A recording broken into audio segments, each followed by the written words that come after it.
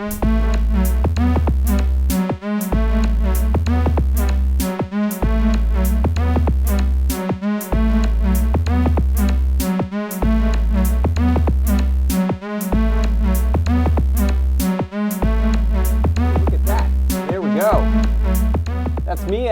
John Park, and here we are for John Park's Workshop. Thanks for tuning in, and if you tuned in early, thanks for listening to my Nintendo DS jam there. New jam I wrote called Drano. I think I called it that because it's raining out, and you know how the rain affects me. Welcome! Yeah! So here we are, and we've got some cool stuff today here in the workshop, so thank you for stopping by. Let's take care of some business first. And that business being, first of all, the jobs board. So we've got a jobs board at Adafruit. Did you know? That's not it. Uh-oh. Looks like I closed my Firefox and made it angry. Stand by. Stand by. We're going to grab that Firefox back. Where'd you go, little browser? There you are. And all right, good. Maybe I'm even still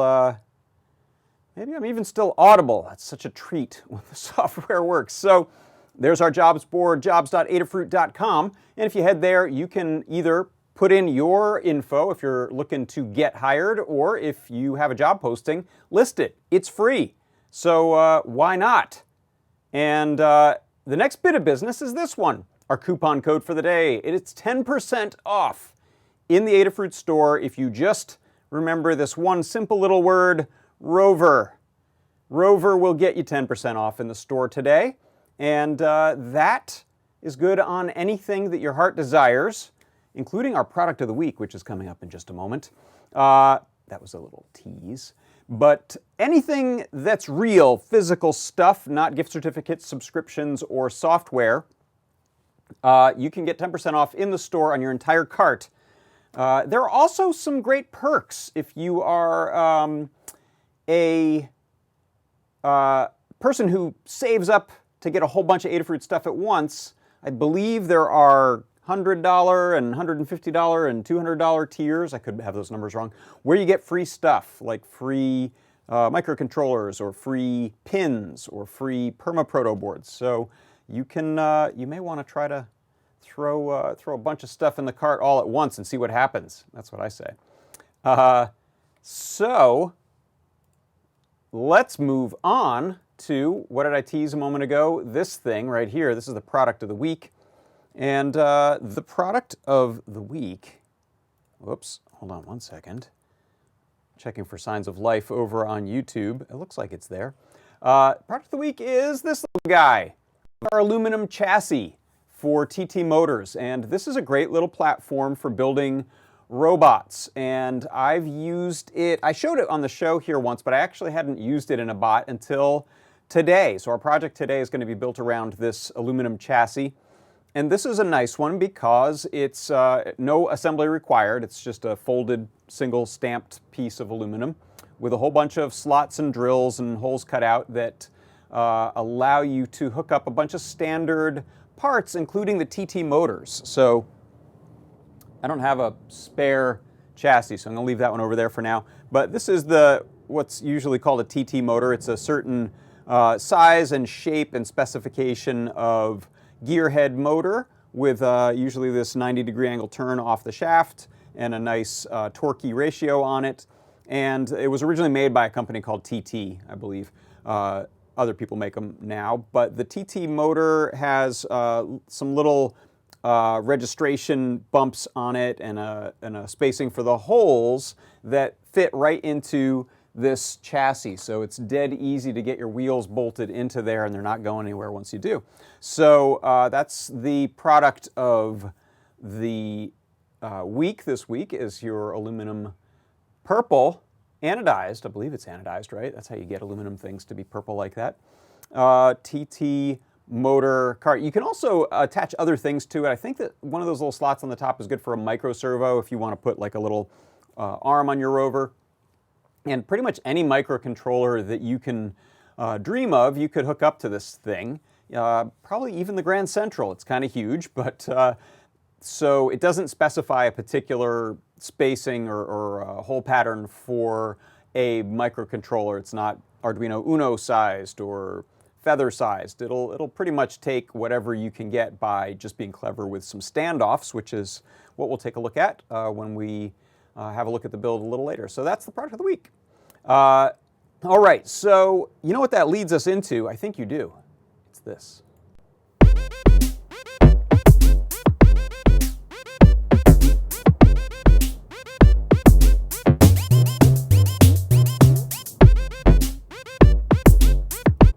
That's right, it's the Make Code Minute, you guessed it, and today in Arcade, we're going to have a look at enemies and effects, as well as lives and power-ups.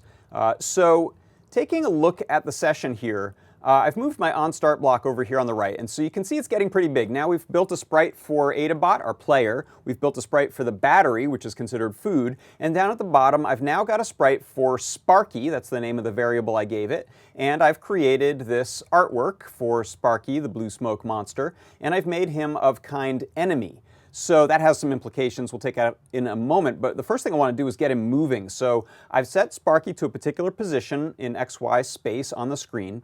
And then I've set a what's called an effect, different from effects. I've set an effect of bounce on wall. So when he hits the wall, he will bounce off of it at an incident angle.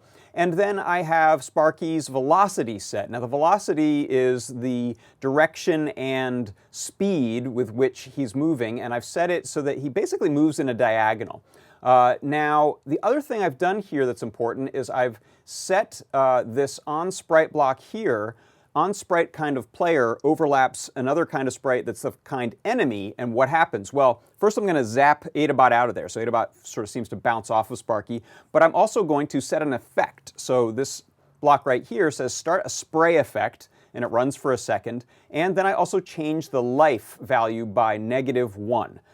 So if we have a look at this in action, I'll make this full screen, and I'll hit play.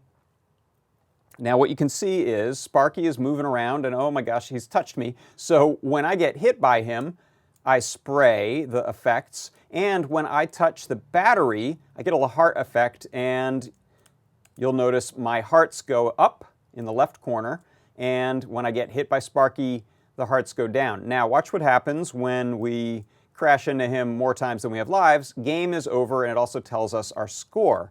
So if we take a look at this one other block here, it's on life 0, and then we have game over. So you can tell it's got some very high-level commands that allow you to get your game up and running quickly before we have to dive into small details. So that is how you can create an enemy in Arcade as well as set up effects. And that is your Make Code Minute.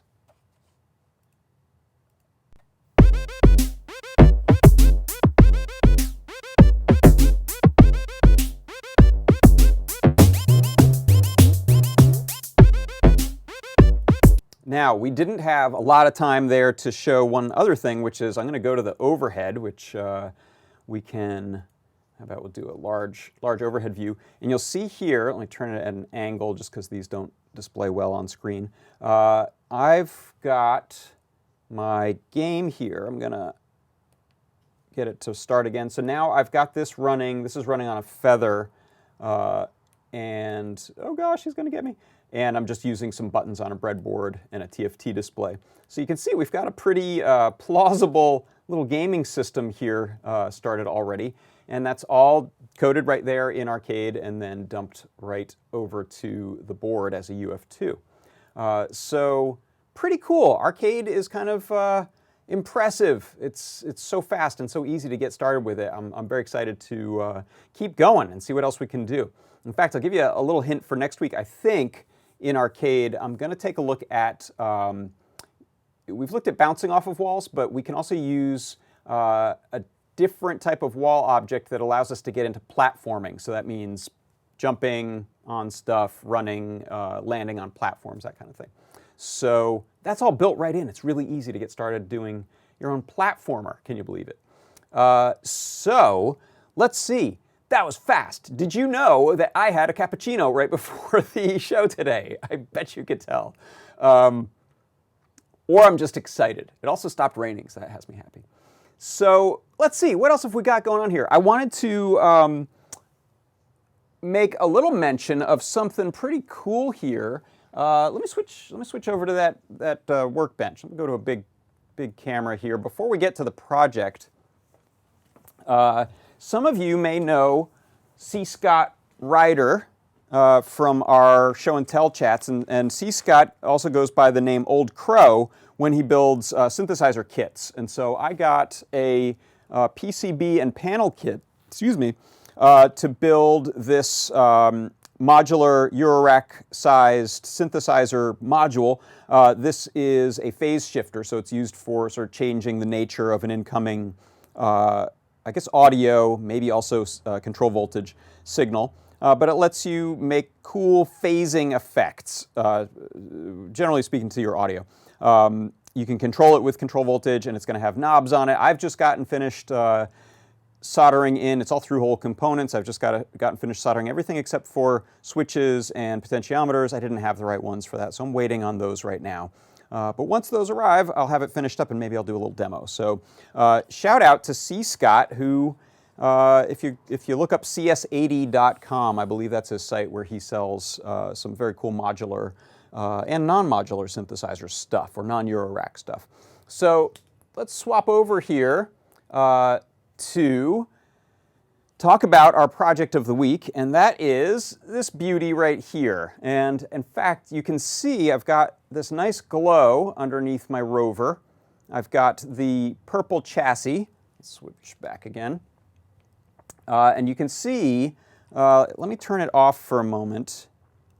And you can see how I've set this up. I've got a pair of these TT motors, which are sort of notched into some pre-made holes in the chassis. And then right now I've just got one screw in there. There's a couple of screw holes with a nut holding it in place. But I've just got one in there. I'm going to put a second one in once I finish the build. And you can see I've strapped under here a 24 neopixel ring, RGB neopixel ring. And then I've also put in our ball caster. This is a nice weighted metal ball caster that allows you to turn the bot using just active steering on these two wheels, essentially forward and backward on these two wheels. And there's no need for a differential or a transmission because this is going to slide wherever these wheels take it. Since I have the neopixel ring on the bottom, I decided not to fit the battery pack inside of here. That is a good place for it. And this is the battery pack I'm using. This is our new 4 AA battery pack that has jumper wires on it. And so I am using that, and that'll fit between those motors nicely, but I decided it would be maybe a little bit of a pain to pull that out for charging or changing the batteries out. And I didn't want to have to remove this. So I've mounted it to the front, back. It kind of depends. I think this is the back of my bot, the way I'm driving it, as a tail dragger. But to one end here, I've got it just zip tied on, and these fit right over the little plastic holder very neatly. So you can pull it out and change those batteries. And now what I'm using here are nickel metal hydride batteries, NIMH. And the reason I'm using those is that they, when fully charged, tend to be around 1.3 volts versus brand new alkalines, which are closer to 1.5 or even 1.6 volts. So 4 of these, if they were alkalines, is actually more power. It's too close to 6 volts. So it's more power than the Cricut wants to deal with. So I'm using instead these nickel metal hydrides, which are terrific for this type of motor use on a robot that needs to grab a bunch of power on demand, but they're not over voltage for the Cricut. If you're going to use alkalines, you'll use 3 of them instead of 4. So right now, I've just got it plugged into the wall as well, just as I'm testing. I didn't want to run the batteries down. So let me run it once like this. So what I'm doing right now is I'm powering on the Cricut.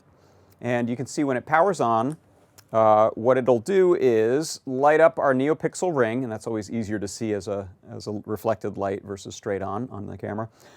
And now what I'll do is power up my Bluefruit app on the phone, and you'll see a CircuitPy, that's hard to read, but a CircuitPy Bluetooth device has shown up. And now I can go either to the color pad or the control pad, the color picker or the control pad. So let's do color picker first, just so you can see I can go in and dial in any color I want. So if you look at that underglow, it's going to turn green there or blue. I can go back to like a purpley pink. And that will be remembered when we get over to the control pad, where we can do things like, here, let's drive.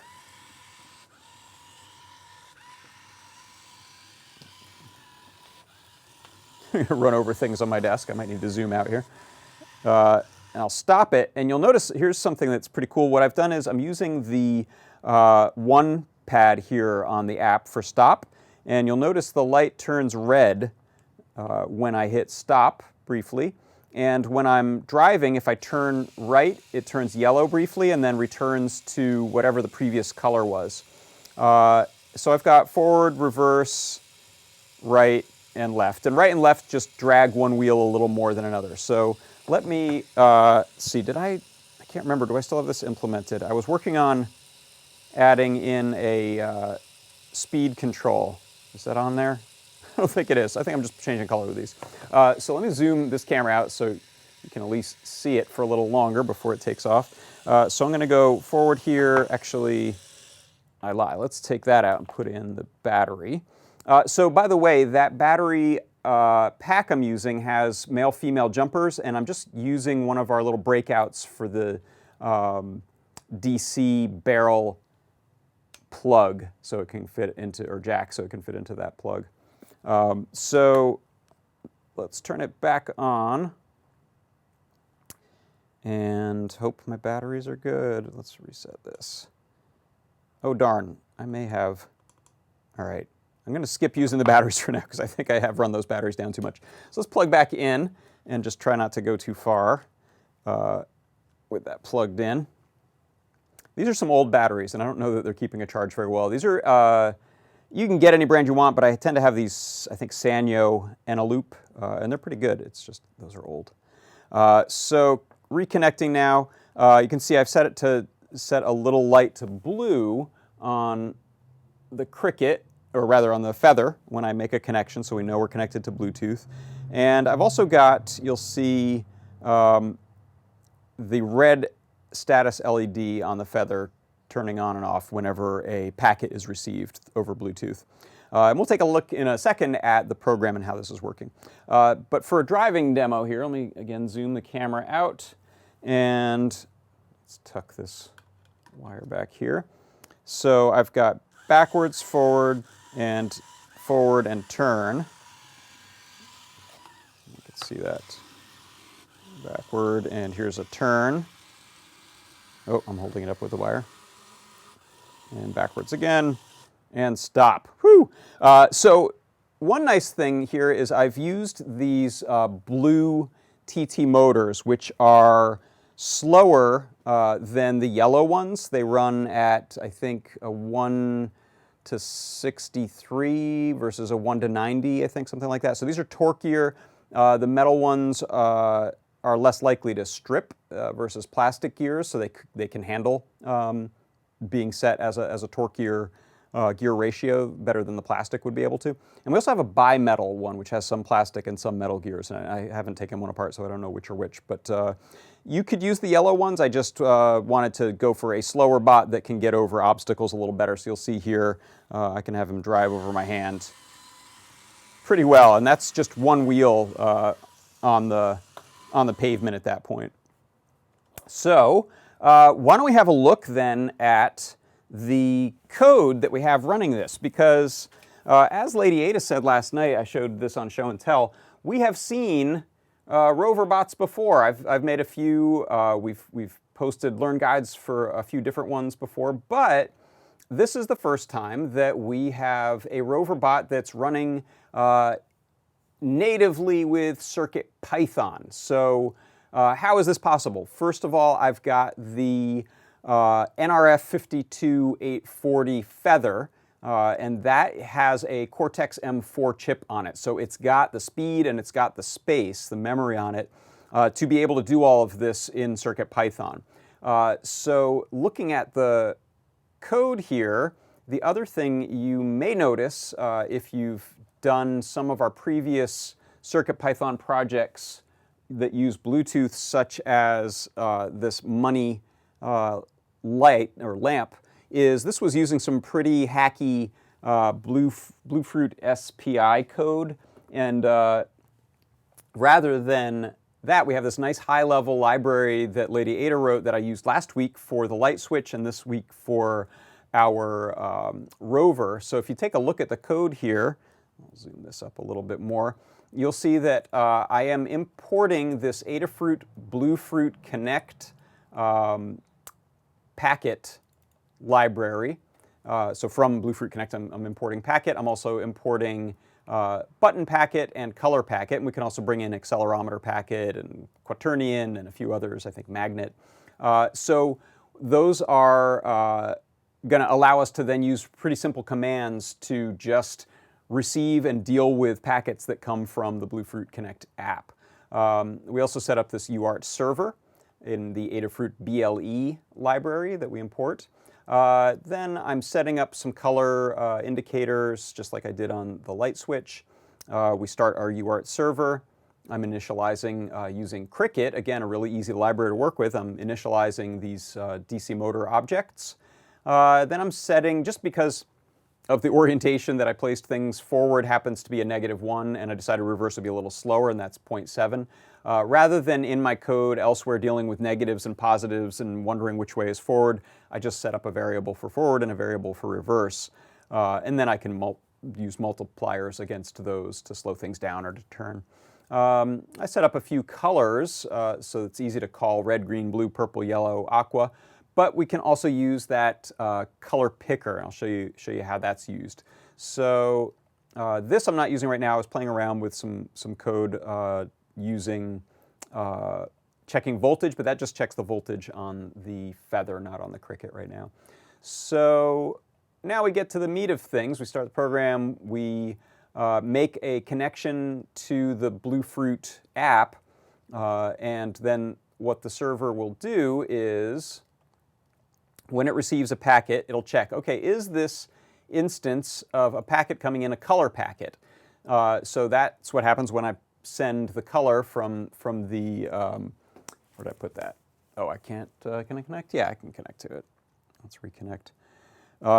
Let me show you that. So inside of the app here, under color picker, there's a nice light. So you can use the interface to choose a color, but it's not until you press this button here that you send that. So when that packet is received, all we're doing is changing this variable called color to the packet color. So you can see it's super easy. It comes in as a immediately usable piece of info to then use the Cricut NeoPixel fill command and send whatever color that was. And that's the same way we'll do it when we use the buttons or I hit the brakes or turn. It's actually the same command. It's just the BLE on the NRF52840 can receive it as a button press, or it can receive it as a color packet from the app. So then if the thing that it receives as a packet is a button packet, that's going to be the up, down, left, right, 1, 2, 3, and 4 buttons. And a little added thing here, let me see if you can see this. I'm going to highlight it and scroll over. You can see I'm testing two things. I'm actually testing, did I get a packet that's of the type button packet, and is the packet sending the pressed? Because there's essentially pressing a button and releasing a button, and I want to get, I want to do different things depending on which I'm doing. So here I'm testing are you getting a packet and the there's an additional packet that's, or piece of information along with the packet that says it's pressed. Because you'll get a packet sent when you release as well for every button. So here, when it's being pressed, I will, if the button is the up button, so we've named these neatly, so we have up, down, left, right, and then 1, 2, 3, and 4, or button 1, button 2, button 3, button 4. So if it's the up button, I'm going to just make sure that the NeoPixel ring is lit with whatever the variable color is currently set to, and that's because it can be reset or changed by other things. And then I'm setting both the throttles to whatever the forward value is, so -1 in this case goes forward. When I press the packet, when the packet is received for the down button, then same thing except we're using the reverse direction. Now here, this will make a little more sense why I'm doing some of these color shifts. If the packet is either the right or the left button being pressed, what I'm going to do is I have a sort of a state, so I'm setting my prior color to be whatever the current color is. So that means if I used the color wheel and decided to be aqua, well, I want to remember that I was using aqua before, but I'm going to then shift over to yellow while this button is being pressed, and then later I'm going to shift back to aqua when I release the button. So right now it's going to, when it gets pressed, it's going to set it to yellow, and then it's going to change one of the wheels to run at half speed. So I multiply the forward by 0.5. Same for left, and then these other buttons, I have the stop button, so when I press 1, it just sets to red, and then it sets the throttles to 0, and then it sets the prior color back in. The release, if you look at these here, this is where I've received a button packet, but it's not also sending the I'm being pressed. And so what happens in that case is it knows that you've just let go of a button, and so if the button was the right button or the left button, it is now going to set my color back to the prior color. So we'll go back to aqua if that's what it was, and then we will set both wheels traveling at the same speed so we stop turning. And so that is all that it takes to create what is a pretty nicely featured little Rover bot that you can communicate with using the Bluefruit LE app. Now, another interesting feature is that you can receive the streaming data of the phone's accelerometer and the quaternion of how it's oriented in space, and I think its compass and a couple other things in the app.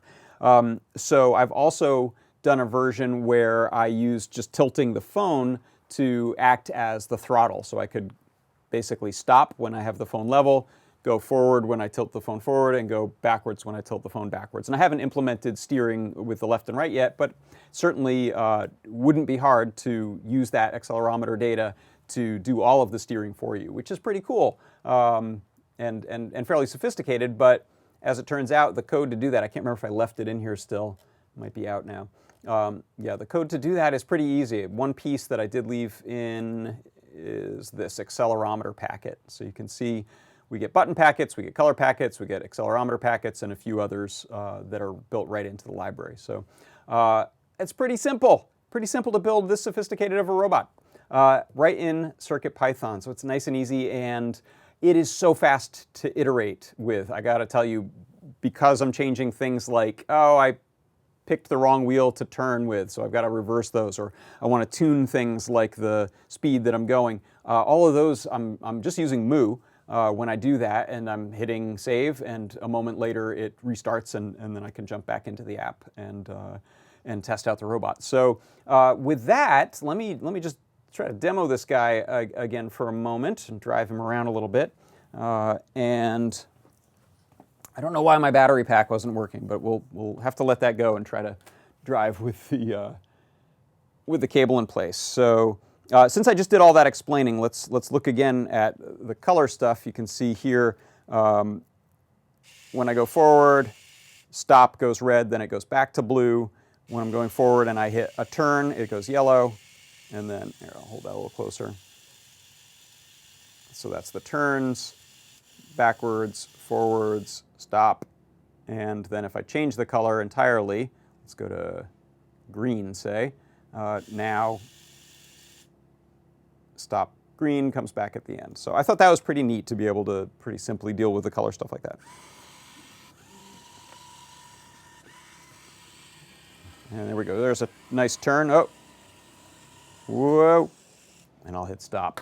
All right, so that's the project of the week, and I'm going to be writing up a guide for it. It is super straightforward and easy, and I think it'll be fun to see what extra features people bring to it, especially with the different phone sensors that you can employ. You can add sensors to this so it can do some things autonomously, like object avoidance using distance sensors. Add a servo to it so it can get up steps or pick things up, put a crane arm. There's lots you can do. So I will take a look over in Discord and see if anyone's got any thoughts or comments. And yeah, so that's a good point. So Matambly says the end-of-loop nominal battery voltage is 1.2. And for some reason, one set of mine, when I charged it, and like I said, they're old, it charged up to like 1.4, and that was too much. I put 4 of those in, and that's now like 3.6, 3.8 volts, something like that. I can't do the math. And, sorry, 5.8. And the Cricket has some overvoltage protection, and it just didn't want to start up. So, Yannick's question, can it run after my daughter for hours on so I don't have to? No, it is not a suitable replacement for parenting, I am sorry. Yeah, cats. I don't have a cat, but this certainly seems like the kind of thing that could get loads and loads of interest from your cat. Maybe add a servo and a laser pointer to it as well. So that'll do it. I'm going to hang out over in the Discord for a little while longer if anyone has any thoughts or questions. I'll just give you one last reminder of our coupon code in case you had a cart full of stuff that you wanted to go and hit buy. Then use the coupon code Rover, and that's going to get you 10% off in the store here today.